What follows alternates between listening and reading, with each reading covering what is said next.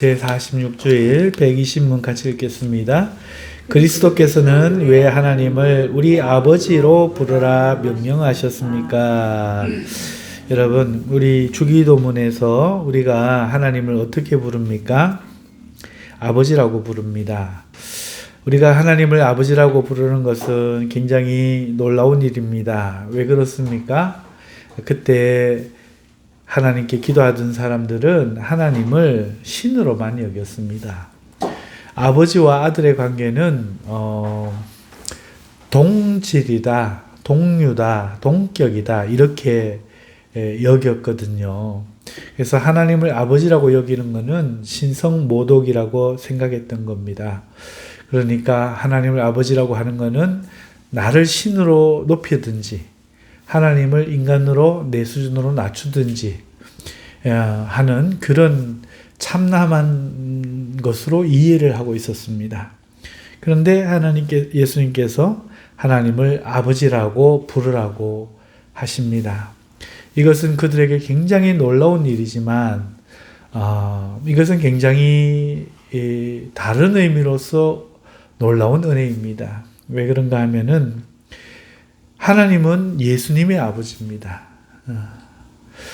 내가 누군가에게 내 아버지를 네 아버지로 여겨라 라고 말하는 것은 어지간한 친구 아니면 할 수 없는 일이죠. 그리고 한 아버지를 두는 것은 형제로 여겨주겠다는 얘기 아닙니까? 그래서 이 말은 예수님이 우리를 내가 흙으로 지은 하찮은 것이라 생각하지 않고 너를 내 형제라, 내 친구라 이렇게 여겨주신다는 아주 놀라운 의미가 담겨 있는 겁니다. 그리고 또 이렇게 하시는 것은 어떤 면에서 놀라운가? 그것은 하나님께서 그것을 받아주실 것이라는 믿음이 있다는 점에서 굉장히 놀라운 일입니다. 누가 그 아버지를 잘 알겠습니까? 바로 그 아들이신 예수님 아니겠습니까? 다른 말로 하면은 우리가 하나님을 우리 아버지라고 부르는 것을 하나님이 건방지다 이렇게 하지 않으시고 굉장하게 기쁘게 여겨주실 것이라 예수님이 믿었다는 겁니다. 그러니까 그렇게 하셨죠. 그러니까 이 말은 다른 말로 해서 하나님께서 이를 기쁘게 여기신다는 것이지요. 그래서 단순히 우리는 주기도문을 외울 때 기도할 때 하늘에 계신 우리 아버지여 이렇게 부르지만 여기에는 이렇게 놀라운 은혜가 있고 우리가 감격을 느낄 만한 그런 대단한 은혜인 줄 우리가 믿어 의심치 않습니다.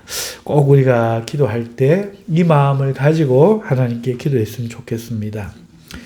자, 그리스도께서는 왜 하나님을 우리 아버지라 부르라 명하셨습니까?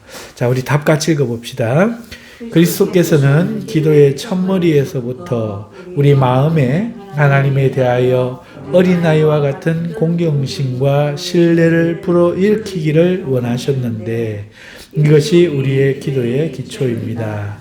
하나님께서는 그리스도로 말미암아 우리 아버지가 되셨으며 우리가 믿음으로 구하는 것에 대해서는 우리 부모가 땅의 좋은 것들을 거절하지 않는 것보다 훨씬 더 거절하지 않으실 것입니다. 자, 중세시대에 예수님으로부터 많은 시간이 흘렀지만은 1500년의 시간이 흘렀지만은 하나님에 대한 인식은 그렇게 많이 달라지지 않았습니다. 그런데 예수님에 대한 그 믿음의 신앙을 고백하고 그래서 이 구원을 오늘 우리에게 확립해주고 정립해주던 우리 믿음의 선배들은 이 예수님의 가르쳐주신 주기도문에 대해서 어떻게 우리에게 교육을 해야 될까? 어떤 점을 강조해야 될까? 그래서 신앙의 기초적인 점에 초점을 맞추었습니다. 그래서 우리가 예수님이 우리가 하나님을 아버지라고 부르라고 말씀하시는 이유는 우리의 신앙이 아이와 같기를 원하실 것이다. 이렇게 생각해서 이렇게 가르치는 겁니다. 우리 마음에 부모에게 하듯이 그런 친밀하고도 또 어린아이가 부모에게 느끼는 그런 신뢰, 그런 그런 공경심을 우리가 불러일으키기를 주님도 원하실 것이기 때문에 이것이 우리 기도의 기초가 되어야 된다. 기도가 사무적이면 안 됩니다. 기도가 딱딱하면 안 됩니다. 거래가 되면 안 되겠죠. 협박이 되거나 떼씀이 돼도 안 될 것입니다. 기도는 아버지를 친밀함과 아버지를 나에게 해주실 수 있는 것을 믿는 마음, 그러니까 공경심, 아빠는 대단한 사람, 이런 공경심, 그리고 나를 사랑하니 아빠가 내 이야기를 들어줄 거야 하는 신뢰, 이런 신뢰를 불러일으키는 마음에서 우리가 하나님께 기도하는 자세, 이거를 갖기를 하나님이 원하신다, 예수님이 원하신다, 이거를 가르치기를 원하고, 이게 기도의 기초가 되어야 한다는 겁니다. 그런데 그러면은 아버지가 아닌데 아버지라고 불러도 좋은가 하는 문제가 남지 않겠습니까? 그래서 두 번째 단락에서 하나님께서는 실제로 그리스도로 말미암아 우리 아버지가 되셨습니다 하는 것을 가르친 거예요. 아버지도 아닌데 혼자 좋아서 그렇게 아버지로 여기고 혼자 허락도 없이 부르는 그런 것이 아닙니다. 실제로 우리는 예수님 때문에 하나님의 자녀가 되고, 예수님 때문에 하나님은 우리의 아버지가 되셨다는 겁니다. 이것을 꼭 믿으시기 바랍니다. 하나님은 여러분의 친아버지입니다. 그런데 양자라고 하죠. 그래서 친아들과 같은 양자다, 이렇게 생각하시면 되겠습니다. 우리는 법적으로는 양자로 입양되었겠지만 사랑은 친아들처럼 사랑해 주신다, 이렇게 믿기를 우리 주님도 기뻐하실 줄 믿습니다. 자, 그리고 세 번째 단락에 가서 어떻게 말합니까? 우리가 믿음으로 구하는 것에 대해서는, 자, 여러분, 우리가 구할 때 그냥 내용만 말하기가 얼마나 쉽습니까? 이거 필요합니다, 저거 필요합니다.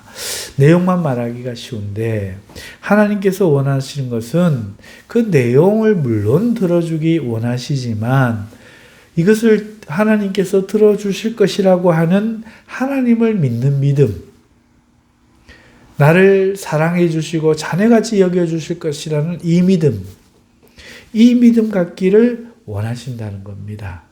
그래서 내용도 중요하지만, 내용도 아버지의 뜻대로 구하는 기도여야 되겠지만, 그보다 더 중요한 건 뭡니까? 우리가 이런 하나님에 대한 믿음을 가지고 구하는 것, 자녀가 아버지에게 기대할 수 있는 것, 아버지가 나를 사랑하고 내가 말하는 것을 들어주기를 기뻐하시는 아버지라는 것을 믿듯이, 오늘 우리의 기도 속에는 그러한 친밀한 감정과 믿음이 들어가 있기를 원하고 있다 하는 것을 우리에게 가르치고 있습니다.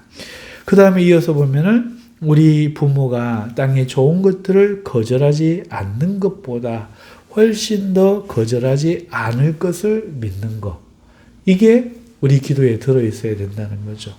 내가 A를 구했다고 해서 하나님이 딱 A만 주거나, 네가 한 것도 없이 뭐 A를 구하냐, 너는 A 2분의 1만 해라, 이렇게 하지 않으신다는 겁니다. 그래서 오늘 우리는 하나님을 아버지라고 부르는데, 이렇게 주님이 하신 이유는 그런 아버지를 향한 그 아이의 마음과 아버지를 향한 그런 신뢰와 친밀감 속에 실제 주님으로 인하여 아들이 되었음을 믿고 아들에게 하듯 베풀어 주시기를 원하는 하나님을 향해 믿음을 가지고 기도하는 것이 우리의 기도의 기초가 되어라 하는 것입니다. 제가 이번에 필리핀에 지난 월요일 가서 비행기로 저녁에 몇 시 떨어졌나요? 10시인가 11시인가 그렇게 도착했는 것 같아요. 그래서 뭐 어쨌든 1시간 이상 달려서 도착을 했는데 새벽에 1시 반인가 2시인가 뭐 그렇게 됐던 것 같아요. 어쨌든 기다리는 시간도 공항에서 한두 시간 막 굉장히 긴 시간을 기다렸고, 그래서 이제 다음 날 가서 거기 이제 신학 학생들을 이제 만났는데, 얼굴도 뭐 낯설고 뭐 외국인이고 말도 안 통하고 그렇잖아요. 그렇게 하루 이틀 지나고 수요일 날 이제 제가 강의가 하게 되었는데, 그래서 제가 뭘 할까 생각하다가 이 창조와 과학에 대한 바른 이해, 이것을 내가 해야 되겠다라고 생각했는데, 하나님께서 그날 감동을 주셔서 그 신학생들에게, 여러분 지성이라고 하고 이성이라고 하는 것은 타락한 것입니다. 이 타락한 것으로 어떻게 하나님을 헤아려 알아 믿겠습니까? 하나님이 요구하시는 것은 이해가 아니라 먼저 믿음이 아니었습니까? 그런데 오늘 우리가 하나님 나를 지켜주시고 나를 목사로 불러주시고 이 자리까지 오게 하셨다는 걸 믿지 못한다면, 믿지 못하는 그 지성이 무슨 힘을 발휘할 수 있겠습니까? 하나님 기뻐하시겠습니까?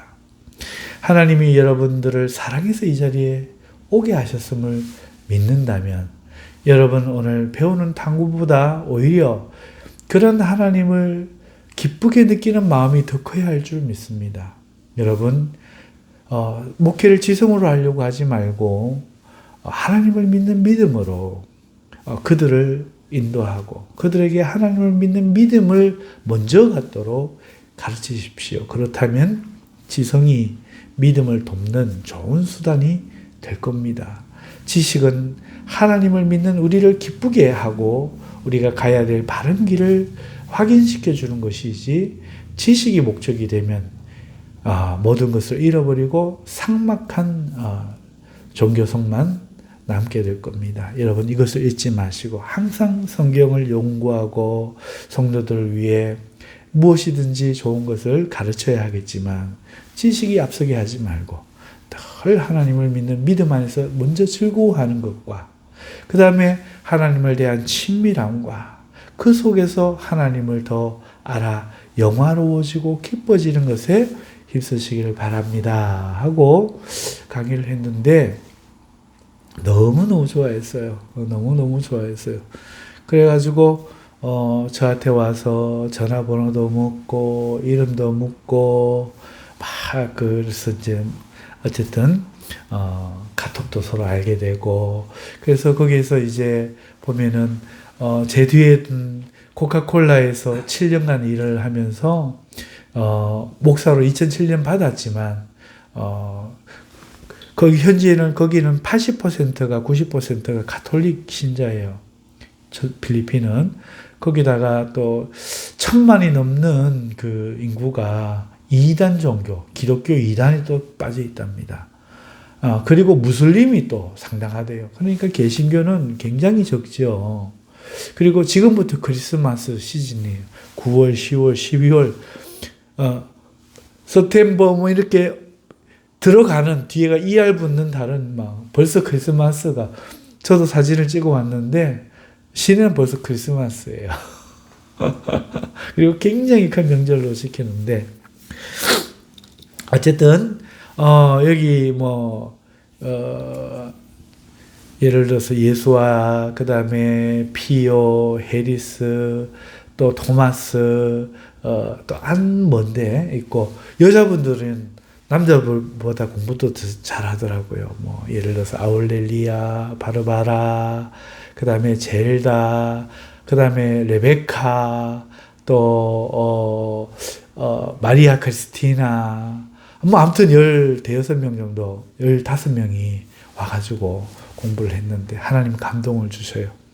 그래서 돈을 미리 주면 안 되겠고, 우리 대구에서는, 한국에서는 신학교 선배들이 오면 후배들에게 빵이든지 뭐든지 선물을 하는 전통이 있는데, 저는 오늘 여러분들에게 선배로서 이 자리에 서서 하겠습니다 하고, 가져갔던 돈에 $100는 그 선교사님에게 교회에 헌금하고 나머지 그 $100하고 또 나머지 현금은 바꿔가지고 그들에게 경비로 전부 400페소씩 그렇게 나누어 줬어요. 400페소 10,000원 돈이에요. 우리 한국 10,000원 돈. 그런데 어떤 사람들은 음식 한 그릇 값도 되고요. 어떤 사람들은 하루 종일 일했는 임금이 되기도 합니다.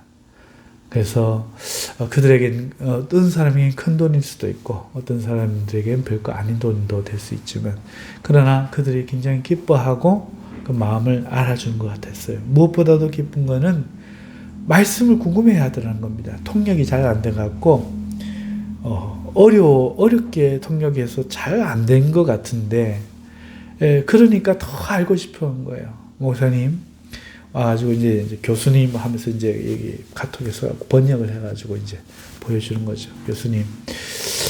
교수님이 말씀하시기를 지식보다 중요한 것은 하나님을 기뻐하고 즐거워하는 것이라고 하셨는데 그런 믿음이라고 하셨는데 이런 뜻이 맞습니까? 하고 번역 가운데서 조금 통역 가운데서 이상한 부분들을 물어왔어요. 제가 영어만 조금 더 됐으면은 설명해 줄 수 있었는데 저도 영어를 못 해가지고 제대로 설명 못해서 번역기 돌려서 하려니까 많이 힘들었습니다. 어쨌든 사랑하는 성도 여러분, 저는 이번에 그들에게 지식보다 하나님을 기뻐하고 즐거워해야 되는 그 믿음이 먼저라는 거, 이거를 꼭 알려주고 싶었습니다. 당신들을 이끄는 분은 하나님이다. 당신의 지식이 올바른 믿음을 만들어가는 게 아니라 하나님이 여러분들을 믿음을 주시고 형상으로 빚어주시고 오늘 우리가 한심할지라도 포기하지 않으시고 미워하지 않으시고 사랑하시고 이끌어 오신다. 그것을 꼭 믿고 즐거워하는 신앙생활 되기를 바란다. 이거를 꼭 말해주고 싶었습니다. 바로 120문에서 바로 그 부분 다루는 거 아니겠습니까? 예수님은 왜 우리에게 하나님을 아버지라고 부르라고 가르쳐 주실까요? 바로 그거죠. 종교심, 신앙심 이런 거에 묻히지 말고 그보다 더 하나님을 아버지로 여기는 그런 마음이 되기를, 그리고 그것이 기도가 되기를, 그것이 우리 주님의 마음인 줄 믿습니다. 121문 같이 읽겠습니다.